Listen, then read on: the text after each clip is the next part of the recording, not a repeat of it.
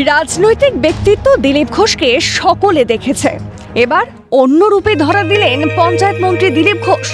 হাতে মাইক, সামনে recording studio, একেবারে ফুরফুরে মেজাজে গান করতে দেখা গেল তাকে। এমনই ছবি ধরা পড়ল সোমবার। কিন্তু কি গান করছেন মন্ত্রী দিলীপ ঘোষ? ঝালমুড়ি নিয়ে গান বেঁধেছেন লোকেশ গিরি এবং তার স্ত্রী শিল্পী রিমাশ্রী। সেই গানই রেকর্ড করলেন মন্ত্রী। ভোট বাজারে ঝালমুড়ি নিয়ে তোলপাড় হয়েছিল বঙ্গ রাজনীতি। প্রধানমন্ত্রী নরেন্দ্র মোদী খোদ রাজ্যে এসে ঝাড়গ্রামের রাস্তায় দাঁড়িয়ে ঝালমুড়ি খেয়েছিলেন।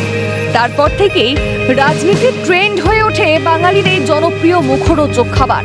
এবার সেই ঝালমুড়ি নিয়েই গান শোনা গেল দিলীপ ঘোষের গলায়। বাঙালির প্রিয় ঝালমুড়ি। নিউ টাউনের ইকো পার্কে প্রাতঃভ্রমণ সেরে সোমবার মন্ত্রী দিলীপ ঘোষ চলে যান চিনার পার্কের সামনে একটি স্টুডিওতে। সেখানেই মন্ত্রী দিলীপ ঘোষ ঝালমুড়ি নিয়ে গান করেন। গানটিতে রয়েছে বাঙালির প্রিয় মুখরোচক খাবার ঝালমুড়িকে ঘিরে একাধিক মজাদার লাইন ও ছন্দ। রাজনীতির বাইরে গায়ক দিলীপ ঘোষ কতটা জনপ্রিয়তা পায় সেটাই এখন দেখার। তবে তার গানের এই এককুচি ভিডিও এখন ঘোরাফেরা করছে সমাজ মাধ্যমে। পুরো গান প্রকাশ পেলে এই গান যে ভাইরাল হবে তার বলার অপেক্ষা রাখে না। শুভদীপ মান্নার রিপোর্ট, কালকাটা নিউজ।